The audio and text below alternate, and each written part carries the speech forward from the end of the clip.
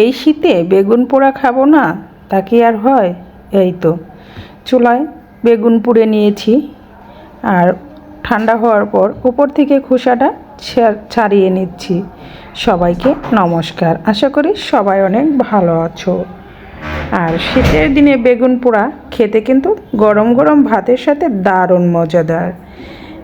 আমি একটা তাওয়ার উপরে বেগুনটা তেল মেখে পুড়িয়ে নিয়েছি। যখন ভিডিওটা করেছিলাম কিন্তু ক্যামেরা অন করতে ভুলে গিয়েছিলাম, বেগুন পোড়ার ভিডিওটা আর হয়নি, তাই তো তোমাদের দেখাতে পারিনি। এভাবে বেগুনটা একটু হালকা ঠান্ডা হওয়ার পরে খোসাগুলো এভাবে উপর থেকে ছাড়িয়ে নেব। আর বেগুন পোড়া খেতে কে কে ভালোবাসো অবশ্যই কমেন্টস করে জানাবে। আর বেগুন পোড়া ভর্তা খেতে অনেক মজাদার। সিদ্ধ ভর্তা একরকম মজাদার, আর পুড়িয়ে ভর্তা করলে তার আরেকটা মজাদার। আমি বেগুনের বোটার অংশটা ছাড়িয়ে নিচ্ছি, এখন খুন্তি দিয়ে এভাবে একটু কেটে নিচ্ছি, তাহলে বেগুন ভর্তাটা মাখতে খুবই ভালো লাগবে। আবার মাঝখান দিয়ে এভাবে ছাড়িয়ে ভিতরটা দেখে নেব কোনো পোকা টোকা আছে কি না, কারণ অনেক সময় দেখা যায় বেগুনের ভিতরে পোকা থাকে কিন্তু উপর থেকে বোঝা যায় না। তাই তো পুড়ে নেওয়ার পরে এভাবে দেখে নিতে হবে একটু পোকা আছে কি না। কিন্তু আমার বেগুনগুলো খুব ভালো ছিল, কোনো পোকা ছিল না। আমার বেগুনটা এখন একটু ঠান্ডা হলে তারপরে বেগুনের সাথে দিয়ে দিব কাঁচা পেঁয়াজ আর শুকনো মরিচ। আমি ভেজে নিয়েছি। শুকনো মরিচ ভেজে আর কাঁচা পেঁয়াজ দিয়ে ভর্তা করতে এই বেগুন ভর্তাটা খেতে অসাধারণ লাগে। আর যখন বেগুনটা শুকনো মরিচ আর কাঁচা পেঁয়াজ দিয়ে ডলে বানানো হয় তার ফ্লেভারটা অনেক ভালো লাগে। এই তো নিয়ে নিচ্ছি আমি শুকনো মরিচ। এখন শুকনো মরিচ আর ধনেপাতা কাঁচা পেঁয়াজ একসাথে দিয়ে হাতের সাহায্যে ভেঙে নিব, আর স্বাদ মতো লবণ দিয়ে। এগুলো ভাঙা হয়ে গেলে এখানে দিয়ে নিব পরিমাণ মতো খাঁটি সর্ষের তেল। গরম গরম ভাতের সাথে সকালবেলা বা রাতের বেলায় কিন্তু এই বেগুন পোড়া ভর্তা খেতে কিন্তু দারুণ লাগে। কেমন লাগছে মাখানোটা? দেখেই তো জিভে জল চলে আসতেছে না বন্ধুরা? তাই তো শীত চলে যাওয়ার আগেই এই বেগুন পোড়া ভর্তা অবশ্যই করে খেয়ে দেখবে।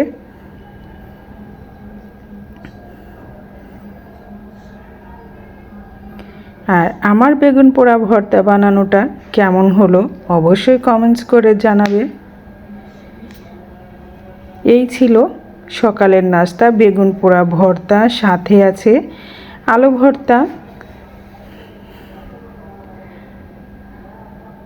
আরও একটা স্পেশাল রেসিপি তোমাদের সাথে শেয়ার করব, সেটা দেখতেই থাকো। সেটা হচ্ছে পকোড়া। কিসের পকোড়া তৈরি করব দেখতে হলে আমার সাথেই থাকো আর দেখতেই থাকো। আমার বেগুন ভর্তাটা কিন্তু বানানো রেডি হয়ে গিয়েছে।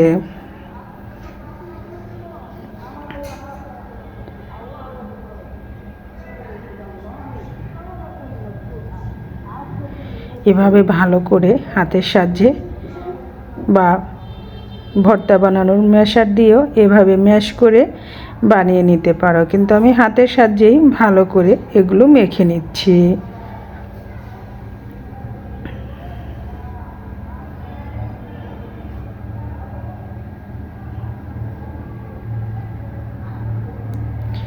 এই ছিল মজাদার বেগুন পোড়া ভর্তা, এখন রেডি।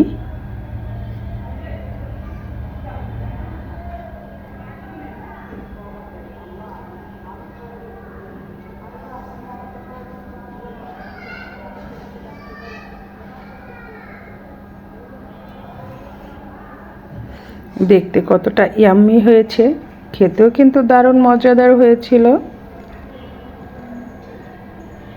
আর সাথে তৈরি করে নিচ্ছি আলু ভর্তা। আলু ভর্তা কাঁচা পেঁয়াজ, শুকনো মরিচ, ধনেপাতা, সর্ষের তেল দিয়ে মাখিয়ে নেব। সকালবেলা ভর্তা ভাত খেতে কিন্তু দারুণ লাগে। কে কে আমার মতো সকালবেলায় ভর্তা ভাত খেতে পছন্দ করো অবশ্যই কমেন্টস করে জানাতে পারো। আলু ভর্তা আর বেগুন ভর্তা, আর সাথে আছে স্পেশাল পকোড়া। গরম গরম ভাতের সাথে আলু ভর্তা, বেগুন পোড়া ভর্তা, আর যদি সাথে থাকে স্পেশাল পকোড়া, তাহলে তো কোনো কথাই নেই।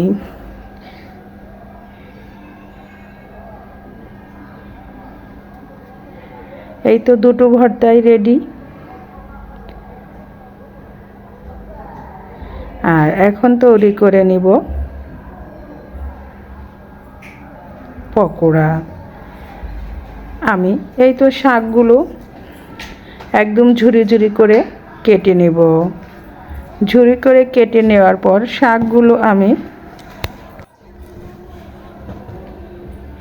পালং শাক তো খুবই উপকারী একটা শাক, আর পালং শাক দিয়ে অনেক ধরনের রেসিপি তৈরি করা যায়।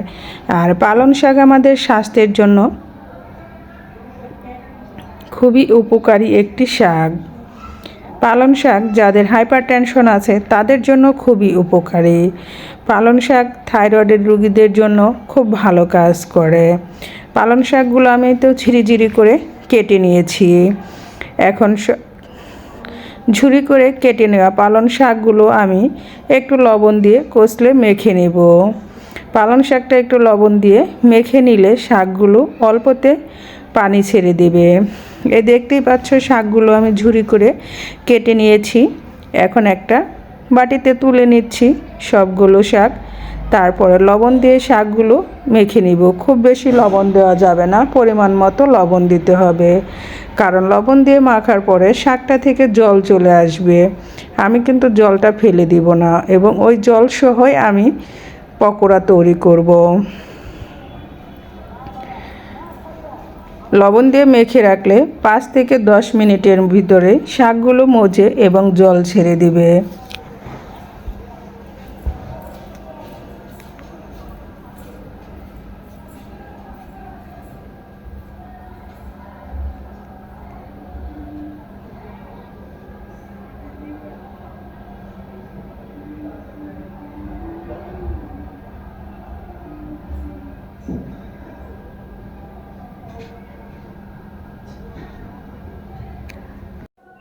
আর এটা হচ্ছে সামুদ্রিক ছোটো চিংড়ি মাছ। এই চিংড়ি মাছগুলো এখন অনেক পাওয়া যায়। এখন চিংড়ি মাছগুলো মিক্সারে দিয়ে আমি মিক্সড করে নিয়েছি। আর এদিকে পালং শাক লবণ দিয়ে মেখে নিয়েছিলাম। দেখতেই পাচ্ছ বন্ধুরা কতটা জল ছেড়েছে। আমি কিন্তু জলটা ফেলে দিব না, কারণ জলটা ফেলে দিলে ভিটামিনটাই চলে যাবে। এই জল সহই আমি শাকটা এই চিংড়ি মাছের পেস্টের সাথে ভালো করে মিলিয়ে দিব। আর এর সাথে কি কি দিচ্ছি সেটা দেখতে থাকো।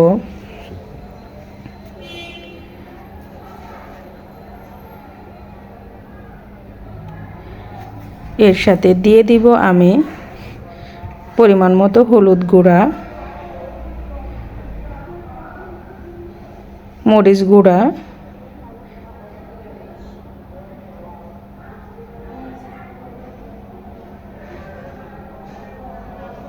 আর দিয়ে দিব এখানে অল্প পরিমাণ বেসন।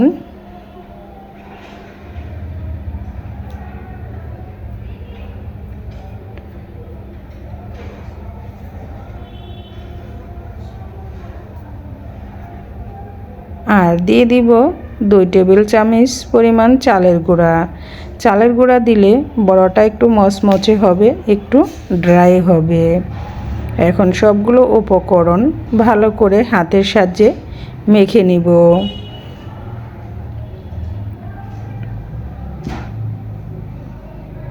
মাখানো হয়ে গেলে আমি গরম তেলে এগুলো পকোড়ার শেপে দিয়ে ভালো করে ভেজে নেব।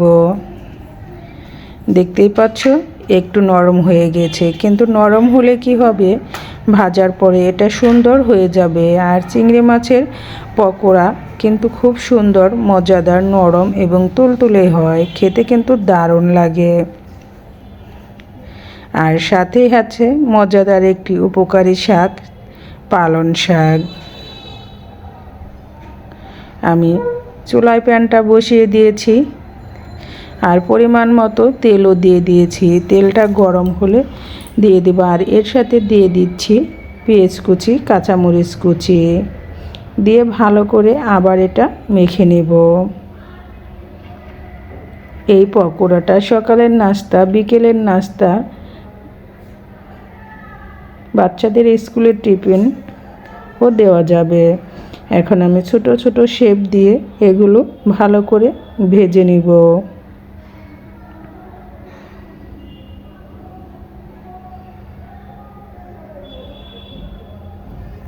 যারা এখনও এই পালং শাক আর চিংড়ি মাছ দিয়ে এভাবে পকোড়া তৈরি করে খাওনি, একবার হলে খেয়ে দেখো, খেতে কিন্তু দারুণ মজাদার।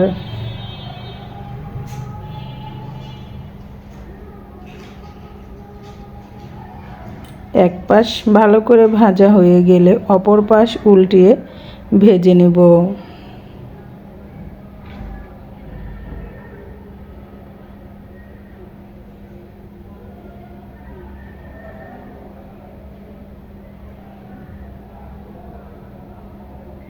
আমি এক পাশ ভাজা হয়ে গিয়েছে, এখন অপর পাশগুলো উল্টিয়ে দিচ্ছি।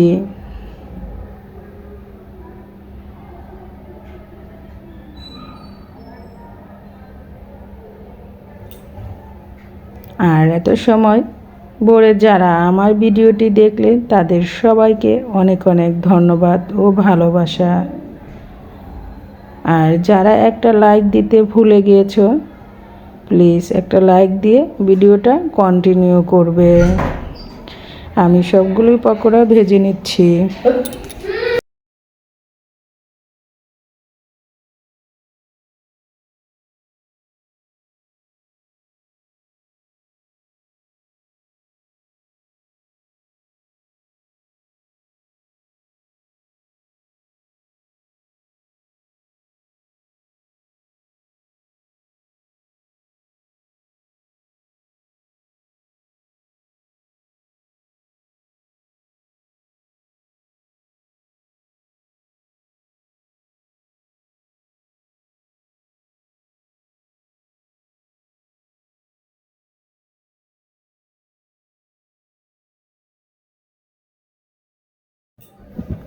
দেখতেই পাচ্ছ পকোড়াগুলো উল্টিয়ে পাল্টিয়ে ভেজে নিয়েছি, কতটা সুন্দর আর ইয়াম্মি হয়েছে।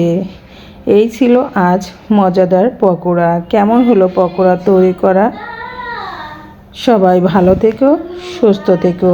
আবার দেখা হবে নতুন ভিডিও, নতুন রেসিপিতে। আজকের মতো এখানেই বিদায় নিচ্ছি, সবার সুস্থতা কামনা করে।